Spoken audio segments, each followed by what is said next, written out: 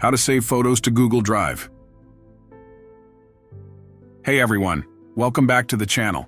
Today I'm going to show you how to save your photos to Google Drive. Let's dive right in. First, let's get started by opening Google Drive.